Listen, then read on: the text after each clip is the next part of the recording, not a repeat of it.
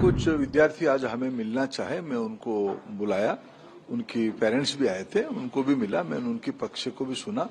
सरकार प्रतिबद्ध है, सारे विद्यार्थियों के मन में ये निश्चित होनी चाहिए कि पारदर्शी प्रक्रिया अपनाई जाएगी। एक फॉर्मूला को यूज करते हुए ग्रेस मार्क दिया गया, उसमें भी कुछ आपत्ति आई, उसको भी सुधारा गया। उनको पुनः परीक्षा देने की अनुमति सुप्रीम कोर्ट ने कल ही दे दिया है, सुप्रीम कोर्ट की संज्ञान में है। सुप्रीम कोर्ट भी भारत सरकार को पक्ष किया है, एनटीए को भी पक्ष किया है। जितने सारे जानकारी हमारी पास रहेगी तब तक हम पारदर्शी तरीके से आदरणीय कोर्ट के सामने रखेंगे। मैं कुछ विद्यार्थी आज हमें मिलना चाहे, मैं उनको बुलाया, उनकी पेरेंट्स भी आए थे, उनको भी मिला, मैंने उनके पक्ष को भी सुना, मैं उनको आश्वस्त किया। सरकार प्रतिबद्ध है, सारे विद्यार्थियों के मन में ये निश्चित होनी चाहिए कि पारदर्शी प्रक्रिया अपनाई जाएगी। 24 लाख विद्यार्थी एप्लीकेंट थे, 23,33,000 विद्यार्थी परीक्षा दिए हैं। ये स्वाभाविक, जिनके मन में जो जो शंका आती है, कुछ विषय ध्यान में आई थी, 6 सेंटर की कुछ गड़बड़ियां ध्यान में थी, ग्रेस मार्क उनको समय कम मिलने के अभाव में जो एक फॉर्मूला को यूज करते हुए ग्रेस मार्क दिया गया, उसमें भी कुछ आपत्ति आई, उसको भी सुधारा गया। उनको पुनः परीक्षा देने की अनुमति सुप्रीम कोर्ट ने कल ही दे दिया है।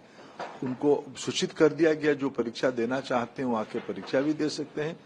और एक दो जगह की कुछ अखबारों में और कुछ मीडिया में ध्यान में आई गड़बड़ियों का कुछ जानकारी है। ये सारा विषय इन दिनों में नीट को लेके 41 पिटीशन पड़ी है विभिन्न हाई कोर्ट्स में और सुप्रीम कोर्ट में। ये सारा विषय सुप्रीम कोर्ट की संज्ञान में है। सुप्रीम कोर्ट भी भारत सरकार को पक्ष किया है, एनटीए को भी पक्ष किया है। जितने सारे जानकारी हमारी पास रहेगी तब तक हम पारदर्शी तरीके से आदरणीय कोर्ट के सामने रखेंगे।